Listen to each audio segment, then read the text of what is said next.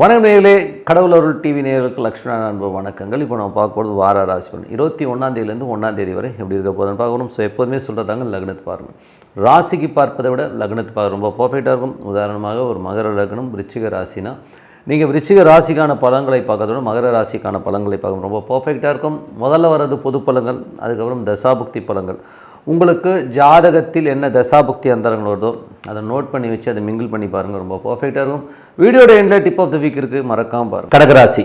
So கடகராசிக்கு பார்த்திங்கன்னா உங்களது ராசி அதிபதி சந்திரன் தொழில் ரீதியான விஷயங்களும் நல்ல லாபங்களும் வருவதற்கான வாய்ப்புகளும் ரொம்ப சூப்பராக பாருங்கள். ஸோ ரொம்ப எனர்ஜெட்டிக்காகவும் புத்திசாலித்தனமாக நல்ல விஷயங்கள் நடக்கிறதுக்கான வாய்ப்புகளும் ரொம்ப நல்லாயிருக்கு.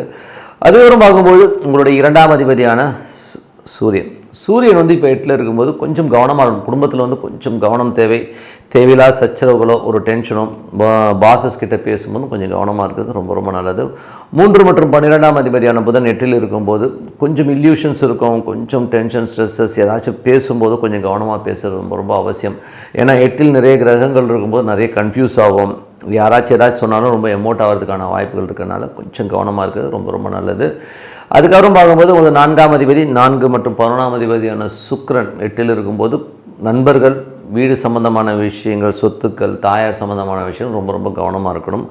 அதுக்கப்புறம் பார்க்கும்போது உங்களுடைய 5ஆம் அதிபதி. ஸோ 5ஆம் அதிபதியான செவ்வாயும் உங்களுக்கு 8ல் இருக்கும்போது குழந்தைகள் விஷயங்களும் கொஞ்சம் மன கஷ்டங்களை கொடுக்கறதுக்கான வாய்ப்புகள் நிறைய இருக்குது. அதே நேரத்தில் உங்களுக்கு 6 மற்றும் 9ஆம் அதிபதியான குரு அவர் உங்களுக்கு 12ல் இருக்கும்போது வேலை விஷயங்கள் நிறைய பிரயாணங்கள் இருக்கும். லாபங்கள் கொஞ்சம் சொற்பமாக இருந்தாலும் ஃப்யூச்சரில் நல்ல லாபமாக மாறுறதுக்கான வாய்ப்புகள். இப்போ போடுற விதை உங்களுக்கு ஒரு பெரிய ஒரு லாபத்தை கண்டிப்பாக கொடுக்குங்க. ஸோ அதான் இந்த வித மாற்றம் இல்லை. 7 8ஆம் அதிபதியான சனி 9ல் இருக்கும் பொழுது உங்களுக்கு பார்த்திங்கன்னா கணவன் மனைவிக்குள்ள சின்ன சின்ன ஈகோ கிளாஷஸ்லாம் இருந்தாலும் பிரயாணங்கள் நிறைய பண்ணுற மாதிரி சூழ்நிலை ஏற்படுத்தும். அதே மாதிரி 8ஆம் அதிபதி 9 அப்பாக்கும் உங்களுக்குமே நிறைய கருத்து வேறுபாடுகள், ஒரு டென்ஷன் ஸ்ட்ரெஸ்ஸஸ் வர்றதுக்கான வாய்ப்புகள் கொஞ்சம் கவனமாக இருக்கிறது ரொம்ப ரொம்ப நல்லது. அதுக்கப்புறம் 9ஆம் அதிபதி 12ல் இருக்கும்போது நிறைய பிரயாணங்களால் லாபம் வர்றதுக்கான வாய்ப்புகளும் ரொம்ப நல்லாயிருக்கு. சில நேரங்களில் கம்மியாக வந்தாலும் ஃப்யூச்சரில் ஒரு பெரிய லெவலில் போகிறதுக்கான வாய்ப்புகளுமே ரொம்ப நல்லாயிருக்கு. அதுக்கப்புறம் பார்க்கும்போது உங்களுடைய 10ஆம் அதிபதியான செவ்வாய் 8ல் இருக்கும். தொழில் ரீதியான விஷயங்கள் ரொம்ப கவனமாக இருக்கணும், அதுக்கெல்லாம் கால் வைக்காமல் இருக்கிறது ரொம்ப ரொம்ப நல்லதுங்க. மற்றபடி இதுவரை 10 பொது பலங்கள். இப்போ பார்க்கும்போது தசாபக்தி பலங்கள் பார்த்திங்கன்னா கடக லக்னமாக இருந்து சூரியன் தசாபக்தின்னு சூரியன் 2ஆம் அதிபதி 8ல் இருக்கும்போது பேச்சு, குடும்பம் சார்ந்த விஷயங்கள், பணம் சம்பந்தமான விஷயம் கொஞ்சம் கேர்ஃபுல்லாக இருந்தது ரொம்ப ரொம்ப நல்லது. கடகலகனமாக இருந்து சந்திரன் தசாபத்தினா சந்திரன் தொழில் ரீதியான விஷயம் நல்ல லாபங்களும் நல்ல ஒரு வளர்ச்சியும் கொடுக்கறதுக்கான வாய்ப்புகளுமே ரொம்ப நல்லாயிருக்கு. கடகலகனமாக இருந்து செவ்வாய் தசாபத்தினா செவ்வாய் பார்த்திங்கன்னா உங்களுக்கு தொழில் ரீதியான விஷயங்களும் கொஞ்சம் கேர்ஃபுல்லாக இருக்கணும். அவர் பார்த்திங்கன்னா கொஞ்சம் 8ல் இருக்கும்போது குழந்தைகள் விஷயங்களால் நமக்கு கொஞ்சம் மனக்கலக்கங்கள், டென்ஷன், ஸ்ட்ரெஸ்ஸஸ் வர்றதுக்கான வாய்ப்புகள் நிறைய இருக்குது. கடகலகனமாக ராகு தசாபத்தினா ராகு 8ல் இருக்கார். ஸோ கொஞ்சம் பிரம்மாண்டமாக ரொம்ப பெருசாக திங்க் பண்ணுவோம். ஸோ அந்த அளவுக்கு நடக்கலையேங்கிற ஒரு அயற்சி, கொஞ்சம் சில நேரம் கோபமாக வெடிக்கிறதுக்கான வாய்ப்புகளும் கொஞ்சம் கவனமாக பொறுமையாக ஹேண்டில் பண்ணுறது ரொம்ப ரொம்ப அவசியம். கடகலகனமாக குரு தேசாபத்தி அந்தரங்கள்.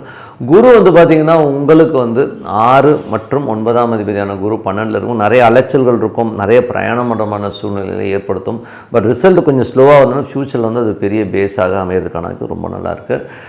கடகலகனமாக சனி தேசாபத்தி அந்தரங்கள். சனி பார்த்திங்கன்னா உங்களுக்கு 7 8ஆம் அதிபதி 9ல் இருக்கும்போது அப்பா சார்ந்த உறவுகள், வெளிநாட்டில் இருக்கவங்களுக்கு அவங்க சின்ன மன உளைச்சல், ஸ்ட்ரெஸ்ஸஸ் இருக்கும். அதே மாதிரி பார்த்தா கணவன் மனைவிக்கு நடுவில் நிறைய பிரயாணம் பண்ணுற சூழ்நிலைகளை கண்டிப்பாக ஏற்படுத்துங்க. வியாபார ரீதியான விஷயம் நிறைய அலைச்சல்கள் இருந்தால் இன்னும் கொஞ்ச நாளில் ஒரு பெரிய மாற்றங்களை கண்டிப்பாக ஏற்படுத்துங்க. கடகலகனமாக புதன் தேசாபதியும் புதன் பார்த்திங்கன்னா உங்களுக்கு 3 12ஆம் அதிபதி 8ல் இருக்கும்போது கற்பனையிலே இப்படி ஆகிடுமோ தூங்காமல் இருக்கிறது, கொஞ்சம் ஸ்ட்ரெஸ்ஸாக இருக்கிறதுக்கான வாய்ப்பு இருக்கும். பக்கத்து வீட்டுக்காரிடம் கொஞ்சம் வாக்குவாதங்களை கம்மி பண்ணிக்கிறது ரொம்ப ரொம்ப நல்லதுங்க. ஸோ கடகலகனமாக கேது தேசாபதியும் கேது 2ல் இருந்து அவர் சுக்கிரனுடைய சாரத்தில் இருக்கும்போது கொஞ்சம் கவனம் தேவை. யாருக்கிட்டா வெடுக்குன்னு பேசிடுவோம், அதனால் கொஞ்சம் ஸ்ட்ரெஸ்ஸஸோ டென்ஷன்ஸோ வீடு சொத்துக்கள் சம்மந்தமான விஷயங்கள்லாம் இப்போது பேசாமல் இருக்கிறது ரொம்ப ரொம்ப நல்லது. கடக லக்னமாக சுக்கிர தசாபத்தி வந்தாங்க. சுக்கிரன் பார்த்திங்கன்னா உங்களுக்கு 4 11ஆம் அதிபதி 8ல் இருக்கும்போது தாயாரோட உடல்நலம் சம்பந்தமான விஷயம், நண்பர்கள் விஷயங்களில் கொஞ்சம் கவனமாக இருக்கிறது ரொம்ப ரொம்ப நல்லதுங்க.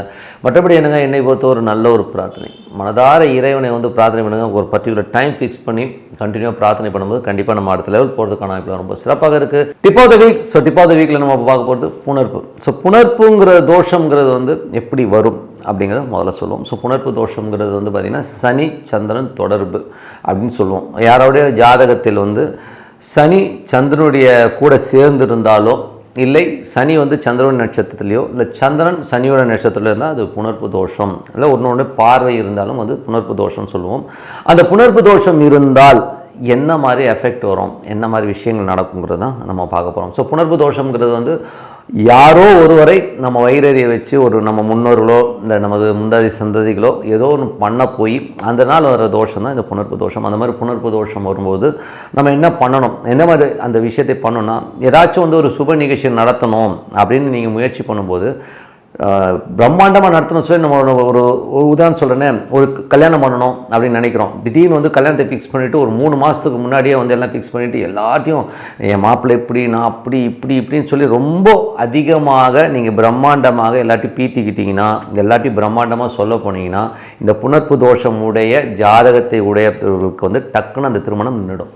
அப்படின்னா பாருங்க, இது திருமணம் மட்டும் இல்லை, எந்த ஒரு விஷயமா இருந்தாலும் இந்த மாதிரி சனி சந்திரன் தொடர்பு இருக்கவங்களுக்கு நீங்கள் என்ன பண்ணணும்னா மேக்ஸிமம் வந்து கமுகமாக வச்சுக்கணும். ஓப்பனாக சொன்னிட்டு தான் சொல்லணும். சீக்ரெட்டாக மெயின்டைன் பண்ணிவிட்டு விஷயங்கள் முடிகிற தருவாயில் இல்லை முடிஞ்சதுக்கு அப்புறமா நீங்கள் சொன்னீங்கன்னா தான் சிறப்பு. இப்போ கல்யாணம்னா ஒரு வாரம் 15 நாளைக்கு முன்னாடி சொன்னால் போதும்.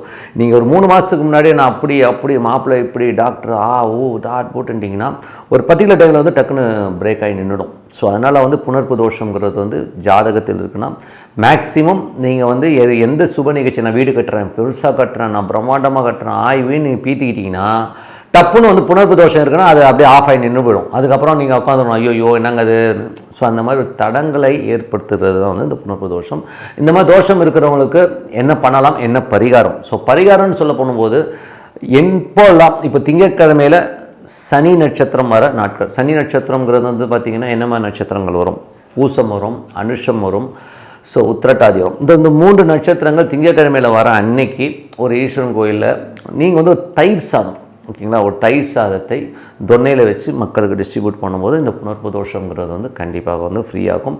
அதே மாதிரி சனிக்கிழமைகள் ஒன்று திங்கட்கிழமை பண்ணலாம், இல்லைன்னா சனிக்கிழமைகளில் சந்திரனுடைய நட்சத்திரங்கள் என்ன வரும், ரோகிணி வரும், அதுக்கப்புறம் அஸ்தம் வரும், அதுக்கப்புறம் திருவோணம் வரும். ஸோ இந்த 3 நட்சத்திரங்கள் வர நாளில், அதுவும் சனிக்கிழமைகள் இந்த நட்சத்திரம் வரும் நாளில் வந்து ஒரு தொன்னையில் வந்து தயிர் சாதம் வச்சு மக்களுக்கு டிஸ்ட்ரிபியூட் பண்ணும்போது கண்டிப்பாக இந்த தோஷத்துலேருந்து கண்டிப்பாக நிவர்த்தி கிடைக்கும். அது வந்து ஒரு ரிலீஃபை கண்டிப்பாக கொடுக்கும். ஒன்றும் இல்லை, ரொம்ப இது வந்து பெரிய கெடுதல்லாம் பண்ணாது, பீத்திக்காமல் இருக்கணும். நான் யார் தெரியுமா, நான் பெரிய ஆள் தெரியுமா ஆய்வின்னு சொல்கிறோம் பார்த்தீங்களா, அந்த மாதிரி நீங்கள் வெளியில் பிரம்மாண்டமாக தம்பட்டை அடிக்க ஆரம்பிச்சிங்கன்னா இதை அப்படியே ஆஃப் பண்ணிடும். ஸோ அதனால் இது பரிகாரம் பண்ணி பாருங்கள், கண்டிப்பாக ஒரு சிறப்பான விஷயங்கள் நல்ல விஷயங்கள் நடக்கும்னு சொல்லிட்டு உங்களிடம் வந்து விடைபெறுவது உங்கள் லட்சுமி நாராயணன். நன்றி, வணக்கம். கடவுள் அருள் டிவியை பார்த்தமைக்க நன்றிகள். மேலும் இது போன்ற தகவல்களை தெரிந்து கொள்ள கடவுள் அருள் டிவியை சப்ஸ்கிரைப் செய்யுங்கள். மறக்காமல் பெல் ஐக்கானை கிளிக் செய்யுங்கள்.